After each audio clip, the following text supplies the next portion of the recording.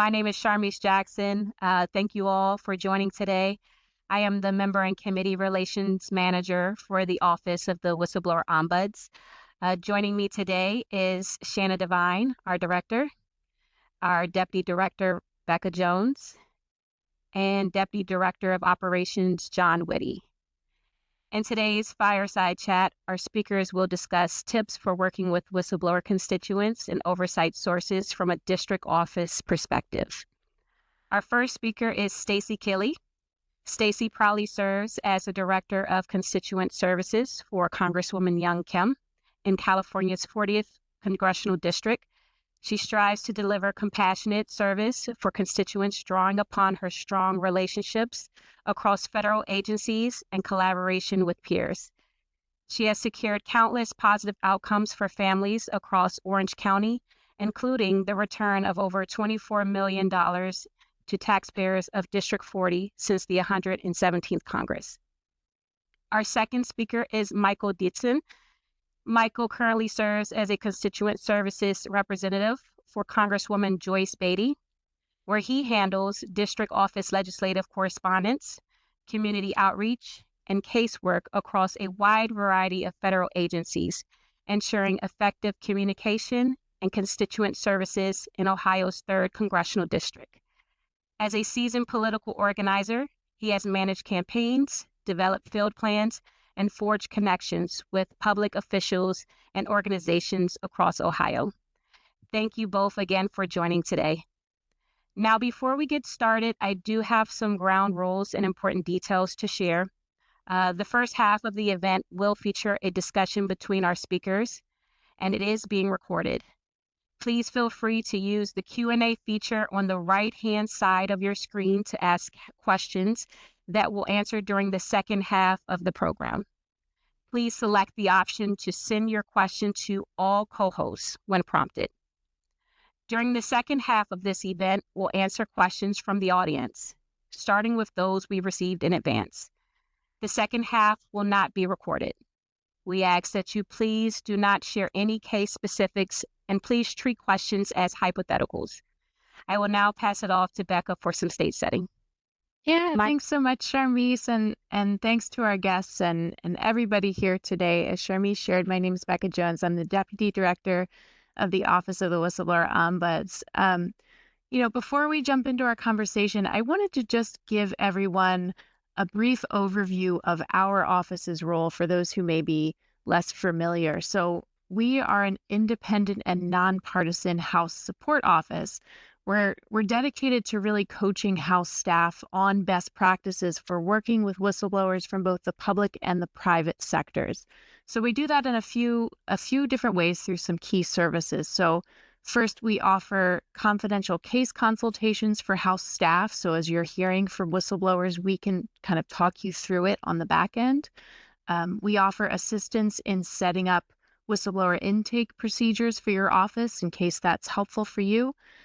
We offer trainings through the Staff Academy and also in a private capacity if you'd like us to train you and your team on best practices. And then we offer technical expertise on whistleblower legislation. One important clarification, we're not an intake office for whistleblowers ourselves. Instead, we support your work with these individuals through our confidential services and resources on our website that Shanna, our director, is going to be sharing with you later on. So just as some initial kind of stage setting here, who exactly is a whistleblower? Well, we consider whistleblowers to be kind of individuals who are shedding light on some kind of wrongdoing that's a matter of public concern. So these folks often come to Congress, and you may hear from them yourselves. They also go to other audiences to report this kind of wrongdoing or to seek support with maybe retaliation that they're experiencing. And actually, most of them do have a legal right to speak out. As far as working with Congress, whistleblowers are really critical partners, right? They can help Congress root out that waste, fraud, and corruption. And that includes, issues that are primarily felt at a district level. So for example, if I'm thinking about something that may affect, your constituents, think about maybe like a mechanic at a local water treatment facility, and he's reporting lax maintenance or conditions that are affecting the water supply in your district, right? Or maybe you're hearing from someone who's working at a local VA hospital. Maybe it's a military service member reporting dangerous conditions at a local base. Really, these examples are just to show you whistleblowers really can come from any field, and you may be hearing from them in these different capacities. Um, but then I'll also reiterate, these may be individuals who are constituents reaching out to their member of Congress for support because they're facing maybe unlawful whistleblower retaliation at work and they don't know who to turn to, right? So they may say, well, this kind of feels like my member of Congress could help me. So they may reach out. So today we're going to focus on this dynamic of kind of whistleblowing at the district level, how district offices can safely work with these individuals, whether that's by identifying guiding resources, relevant referral options, whether that's partnering on related oversight, right? Or supporting them again when they face that retaliation. So, with that in mind, we've invited our wonderful guests here today to speak about their experiences working with whistleblowers at the district level and also their experiences working with our office. So, again, just really welcome. Thank you, everyone, for joining. And I'll pass it back over to you, Charmise, to get our conversation started. Thanks, Becca. Let's start our discussion with some opening reflections from Stacy and Michael. Can you speak generally about your experiences working with whistleblowers in your current position and how you have worked with our office? Any key takeaways to share or lessons learned? Stacy, we'll start with you. Great. Thank you so much, Charmise. For me, I think one of my greatest takeaways was not to be prepared for if I ever had a whistleblower, but to be prepared for when I have a whistleblower case. Really important to prepare yourselves now, everyone on this call. If you haven't yet, please do utilize the wealth of knowledge available to you that we've already kind of touched on and we'll touch on again a little bit later today. But do your best to be prepared. And with that said, all the preparation in the world doesn't ensure that you know exactly how to handle each unique case. There can be complex situations. I had a very unique case that I contacted you all for because although I knew and had reviewed your wonderful resources, I did have additional questions. And I think Mr. Whitty, who's on the call today, he and I, it was almost a live action texting. It was email back and forth. The level of responsiveness from your office is incredible. And I would encourage anyone on this call to contact you freely without hesitation. These people on this call are so fantastic. They're ready to serve you and help fully support both you and your constituent.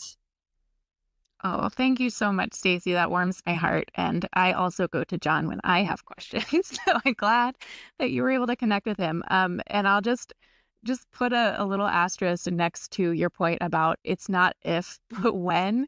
I remember I had someone reach out to me recently and they said, I had this little nugget in the back of my mind from when we did, I think it was like new member orientation. We tend to do briefings. And they said, and at the time I thought, that's never going to be relevant for me. But then when it did come up, because it inevitably will, they remembered, oh, okay, there's actually a place that I can call where someone can talk me through it. And that's exactly what we want for you. To your point, resources can only get you, you can only read and try to digest and prepare yourself so much. But that's what we hope to do is kind of do some hand holding and talk you through it because no case is exactly the same. So I'm just really, really glad to hear that we were, able to support you in that situation. What about you, Michael? Any kind of related experiences that you wanted to share in the opening? Yeah, I think, definitely anybody who's ever answered the phones for Congressional Office Live know that you can get anything. And I definitely got a handful of whistleblower casework when I had first started here. So I was grateful to work with your office directly on a couple of those cases. And then I really relied heavily on the resources of the Office of the Whistleblower Ombuds past that point. I think something that's always helpful for me, when I'm starting an initial case or working with somebody for the first time, is Well, one, indicating that a lot of these huge oversight issues you see in the news, like with Boeing or the FDIC or any of those major things, a lot of them can start as congressional casework. Now, I'm not going to claim that that's where all of those began from, but they really do have the potential there. So the stakes, are pretty high. But, for us, it's about, one, I always acknowledge that we have limited investigative resources as a congressional office, because the reality is if you're the one caseworker who's assigned to this, or you don't have a massive oversight team of attorneys, like if you were on the oversight committee, just like you would measure expectations with casework, I always try to do that from the beginning as it relates to this stuff. And I definitely want to echo both of those points as it relates to the diverse background of whistleblowers. I mean, we get people from private, public, including all levels of federal agencies in the government, nonprofit areas. So I think it's important to just approach each case with an open mind and tailor your strategies maybe specifically to what that individual needs. And I think, maybe one of the last other key takeaways, just as a general overview, mental health resources for these whistleblowers are really essential for a lot of folks. And that's something that I don't always mention in relation to whistleblower casework, but they have an immense amount of pressure on them. They feel as though either their company or an agency or whatever is out to get them. They could be having, their rights violated. And that's why it's really essential to try to connect them with some of those resources if you can. But the silver bullet, at the end of the day, the vast majority of cases that I've seen be successful is they've got to get legal representation. We've all run into it in casework where we get to the end of our rope where we can help people with. So at the end of the day, it's about making sure that they've got credible allegations and they can work with an attorney and other whistleblower entities. I do a lot of referrals. I think that's a big part of what I've seen. So, those are just some of the key takeaways. I'm happy to get into, more some of the resources here, but just make sure you've got some structured guidance, clear communication, measure expectations with those whistleblowers. They've got a lot of diverse origins, and then just prioritize, their mental health as a part of the process. So that'll be some of my overview. So I appreciate it. Yeah, I just really excellent points, Michael, across the board. And I'll just share, on that mental health front, we've created a guidance doc that may be of interest to folks. It's all on kind of mental health and whistleblowing. And that issue is really multifaceted. And I think you touched on a lot of important points. Number one, these folks may have been fighting for their livelihoods for years. They may have been dragged through the court system. They may have lost their primary source of income as a result of blowing the whistle if they're facing kind of that retaliation side of things, which so often folks do. So they may be coming to offices with a lot of emotional baggage. So anyway, our guidance document kind of speaks to that and that background. But then the flip side of that coin is that, and I'm sure a lot of folks on this call have experienced this, if you've worked with whistleblowers on these matters or just doing casework, I think it can be very emotionally loaded, feeling like someone's well-being is in your hands. And so the other things that we recommend in that guidance document that I talked about are resources in the house that are available to house staff for counseling and other wellness activities, that kind of thing. And then just another reminder, we're here for you. So you're not going through these cases alone. We're here to really coach you every step of the way. So thanks, folks, for starting us off on such a strong note. And I want to pass it back over to you, Sharmise. Thanks, Becca. Let's follow up with a question for you, Stacy. Given your role as Director of Constituent Services, can you speak on how your handling with whistleblower casework is distinct from your more standard casework? Any tips you may have for staff who are in your role? Absolutely.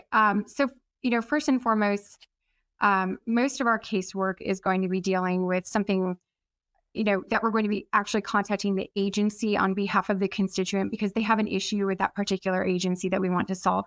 A whistleblower is a whole different entity here. They're concerned maybe not so much for themselves, but about the greater good, the greater population.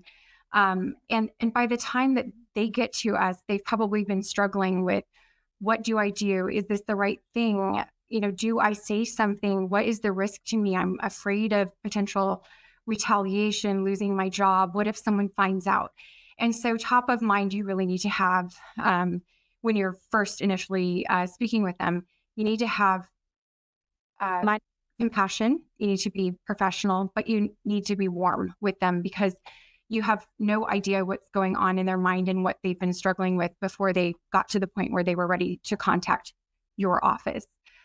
With regard to their initial contact, typically it's by phone.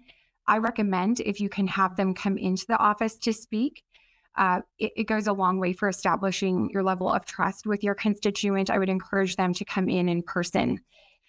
If that's not possible, if you're doing a phone intake, that's fine. And regardless of whether it's by phone or in person, you need to let them unpack that emotional baggage that they're coming to you with. You need to listen to them, take detailed notes, show them that you're fully invested. You want to reassure them that your office will operate with the highest level of confidentiality, but you also need to ensure that you're asking questions because you have to fill in the rest of that puzzle with the pieces that they did not provide for you. So again, I recommend listening to understand and then following up with your questions once they've had a bit of time to just unpack everything that they came to you with.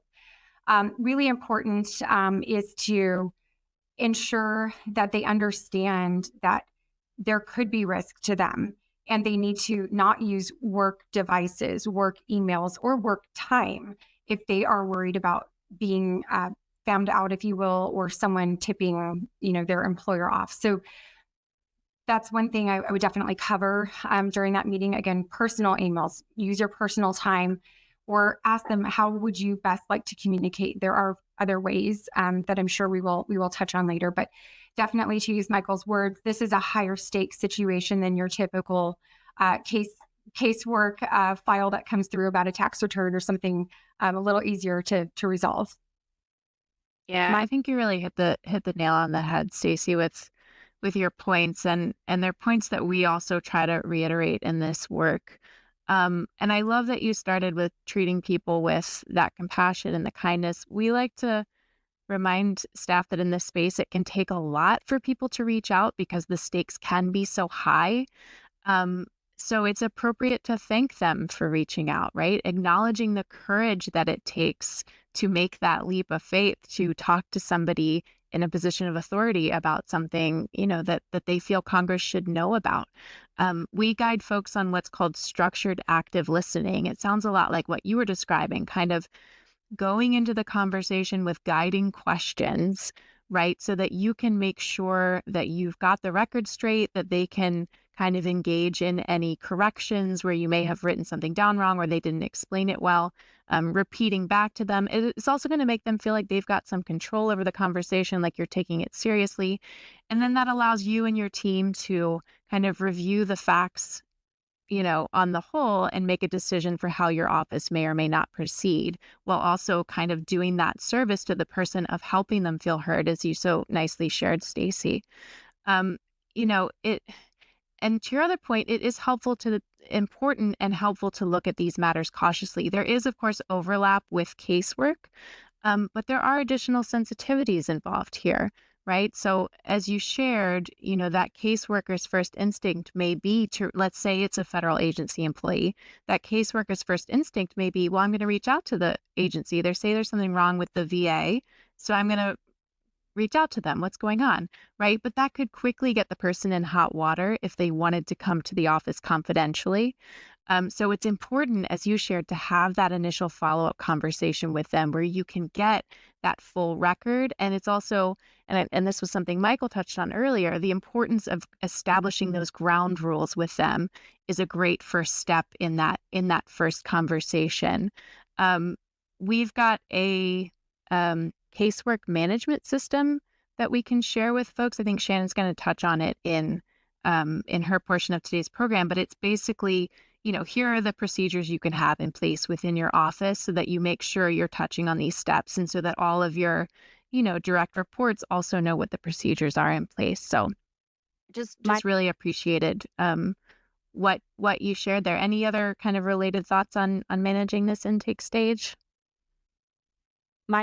I think it is important to appear to be reassuring without appearing to promise a particular outcome.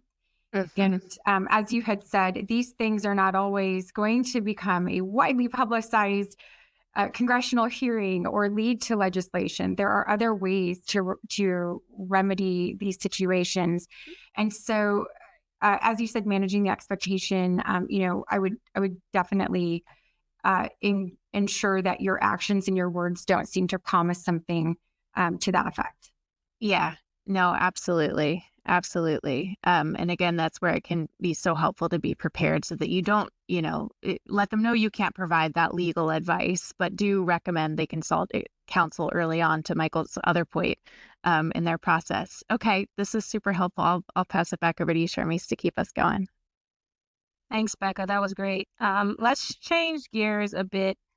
Michael, your boss plays a leadership role on the Financial Services Committee. While district offices may think of whistleblower work strictly as being connected with constituents, can you speak about partnering with whistleblowers from an oversight lens? Any tips for initial screening and building trust? Yeah, of course. I think this is a really kind of crucial point that maybe, a lot of district offices are worried about what to do next with a whistleblower case. So from my experience, the vast majority of whistleblower cases I worked have been either referred to a different whistleblower entity, but I think the crucial question you want to ask yourself is, does highlighting this issue align with our office's legislative or communication goals from a larger context here? I think there's a real strategic thinking component of that to this. And just recognizing that, oversight in this capacity on the financial services, committee, you'll see plenty of large banking institutions brought before people. Your whistleblowers testify all the time in front of those entities. So I think I want to highlight the role of whistleblowers in uncovering potential misconduct and also ensuring regulatory compliance that federal agencies have put out there and other issues like that. And I think just to provide a general example of for Financial Services Committee is you might have a whistleblower or somebody within the district, again, non-case specific, who is worried about, the loans that a major financial institution is giving out and how they're distributed, or what is the demographic data as it relates to that distribution. That's something our office has been very publicly engaged in the past. And there's a real through line then to work with the relevant committee staff. And I think then for me that, extends to if you've got somebody who's on the agriculture committee or something along those lines, maybe somebody's worried about the allocation of crop insurance as it relates to the USDA as a policy example, and they're looking to try to engage with why that is the way it is. And I think when you're in that next step towards that policy process, you also recognize, what is the end goal of this issue? And a lot of times it might not be one. We've had plenty of whistleblower cases that actually are the result of more of a perceived inequity rather than some sort of systemic discrimination or other issue. And it actually gets clarified up in a very mature and equitable way. So there's a lot of different end goals as it relates to that. But, for me, I think on that establishing trust point, it's been echoed by, everybody else here on the panel and everything too, but it's having a clear line of communication, hearing them out, but not letting you listening to them make it seem as though you can solve their problem, because anybody who works these district offices know that they expect us to fix everything. They come to us with everything and we have somehow this divine power to resolve issues. But the reality is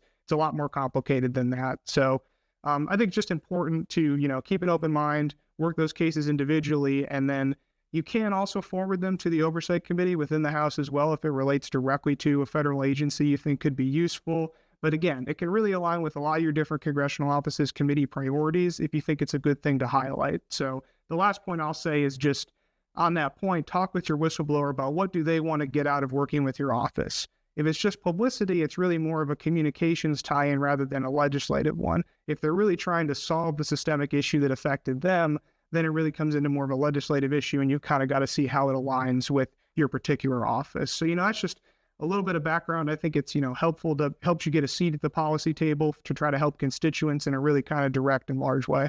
Mm-hmm. I think those are really, really great points, Michael. And it speaks to the reality that offices have a lot of flexibility in how involved they may become in a whistleblower's case, right? Whether that's investigating the allegations that the person's bringing to light, or whether that's, partnering with them on some kind of oversight capacity. But we like to remind folks there's always something that can be done to try and leave people better off, even if your office determines you're not going to kind of actively investigate this yourselves, right? If as you kind of framed it so nicely in the beginning, if it doesn't fall within your office's kind of legislative goals or priorities or capacity, right? A lot of what we've talked about is just that you all have extremely limited time at the end of the day. But so, for example, making those referral options, right? Like you said, talk with the whistleblower about the role of the oversight committee, and maybe they want to go to the oversight committee, right? Talk about the different federal agencies that may be relevant for their disclosure and help them get there, right? Those regulators, even nonprofit organizations. There are whistleblower support organizations. A lot of them actually provide legal representation at low cost to folks that can also be really great partners from a different kind of lens in helping to bring to light the matter that the whistleblower is concerned about. To that end of kind of leaving folks better off, we have a section on our website with kind of survival tips that I think we can put in the chat. And I know, again, Shannon's going to walk us through some of those. Oh, is it already in there? No, how to partner with whistleblowers. So anyway, it's just, I really appreciate your perspective, Michael, and kind of the reminder that these things can, come through the district office, even if it's related to the members' committee assignments or something they've been really vocal about on the local news or something, maybe even attracting non-constituents. But so I think your suggested approach of kind of going at it very methodically, trying to break things down, set ground rules, understand the whistleblower's goals. Why did they reach out to us at the end of the day? We find most folks reach out to have an impact.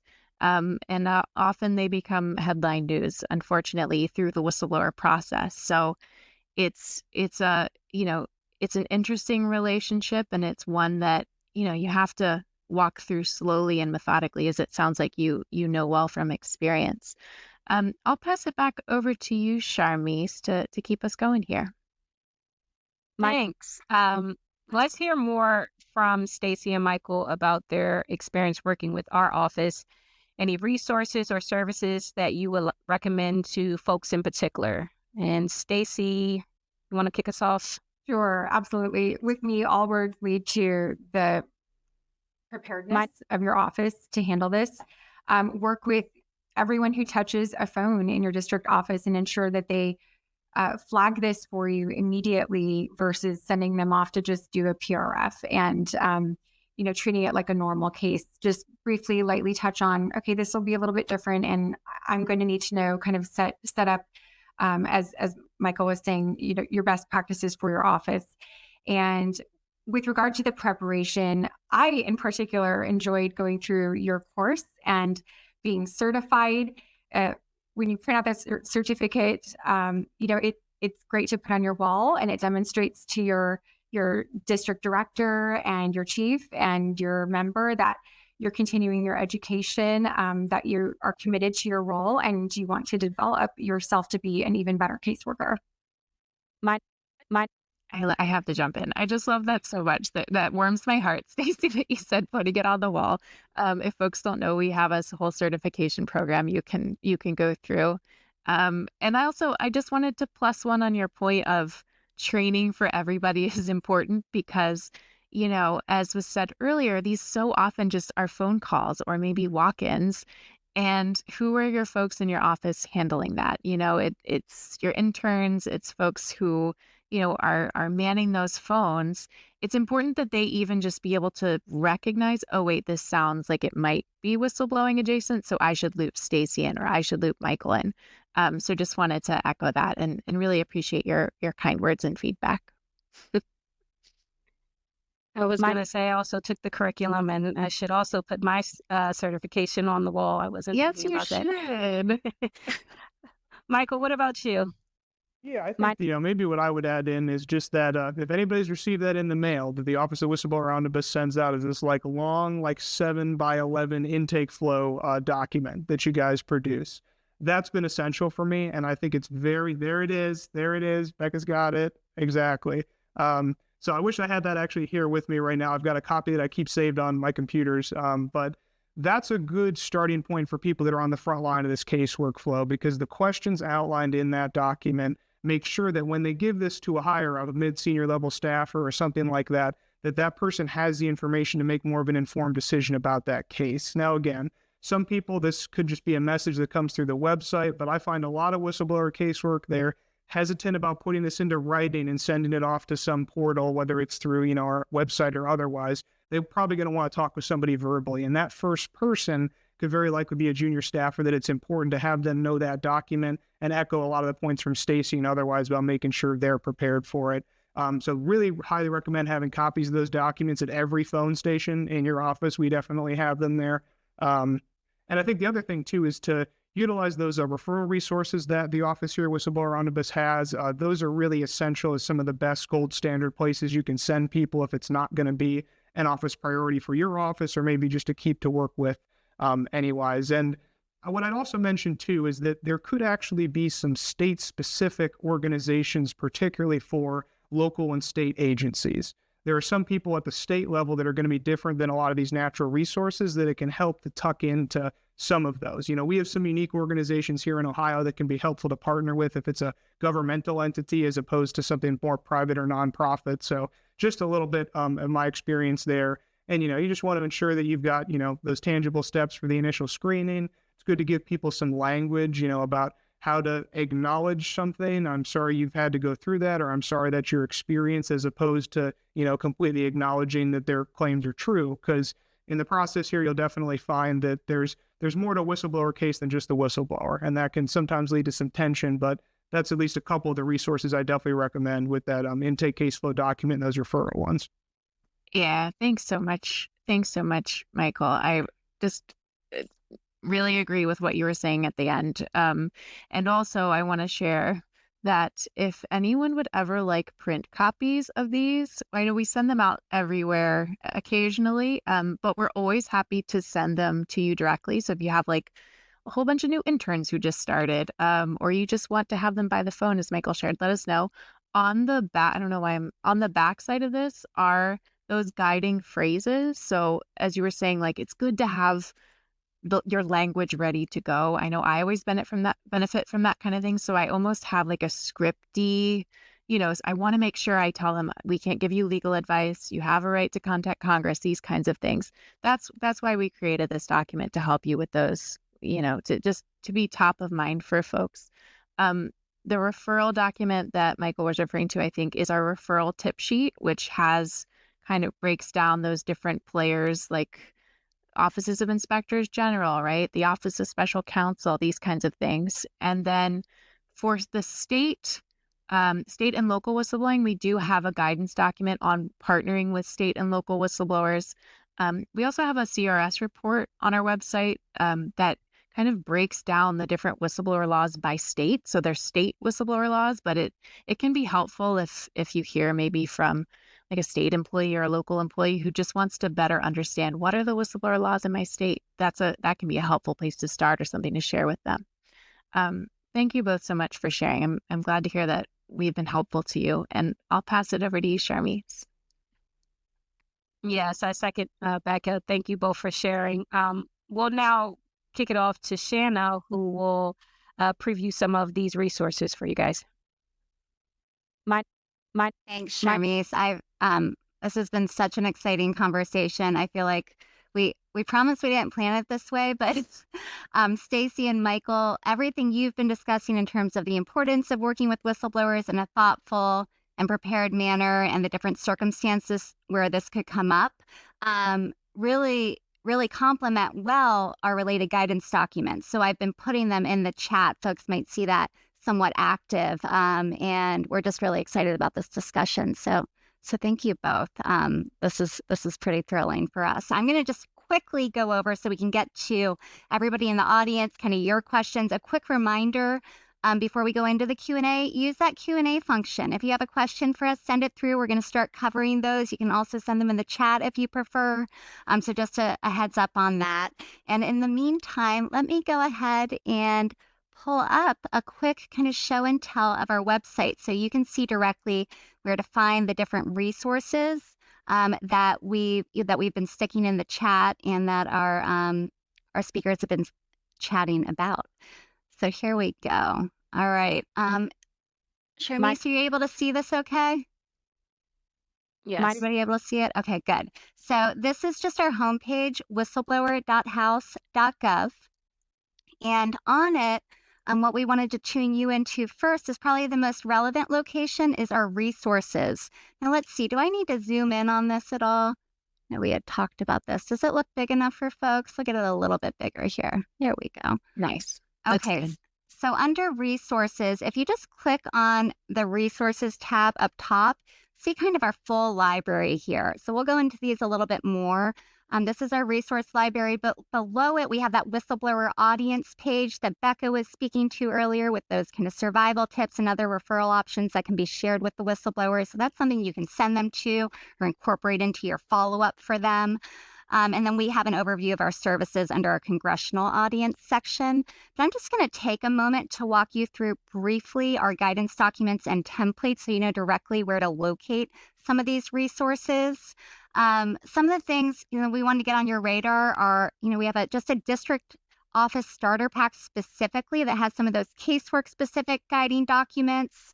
And other things that are really relevant for you all in the district. So that's the location you can find. It includes things like the infographic and guiding phrases that our guests were speaking about today. And then we also have our intake process guidance, references a lot of those documents if you just want to have a quick intake checklist for kind of what to be asking, key disclaimers, follow-up questions, that's all there as well. And then those template whistleblower case management procedures. Those can be really handy if you don't want to start from scratch, but want to, again, be prepared, as Stacy and Michael were stressing, for not if, but when these cases come through. You can really customize those to meet your needs. Now, you can access downloadable templates on our HouseNet documents page of all of these resources.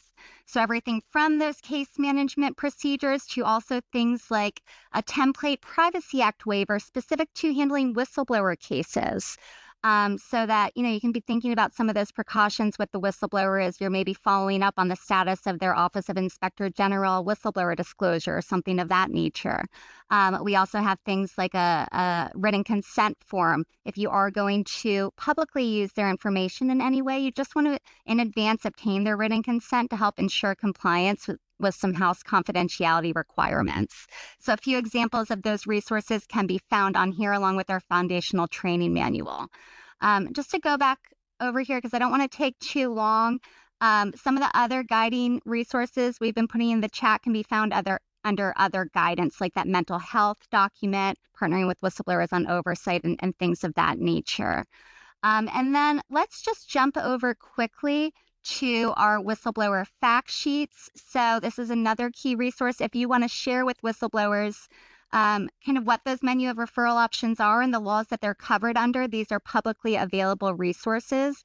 And we'll just stress, per Michael's point earlier, you can't be giving these folks legal advice. It is extremely important. If they do nothing else, after speaking with your office, they better understand how to contact experienced attorneys or a support organization to better enforce their rights and protect themselves. But you can still guide them on what the available rights are. So that's where this menu of kind of whistleblower laws can be found on our website. They're very user-friendly.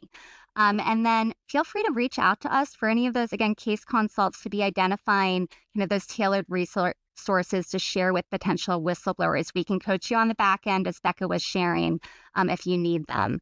Now, just to kind of move things forward, last but not least, we wanted to show you, because thank you, Stacy and Michael, for talking about our certification program. This is something everybody can access in the 118th Congress, and we'll offer it again next Congress.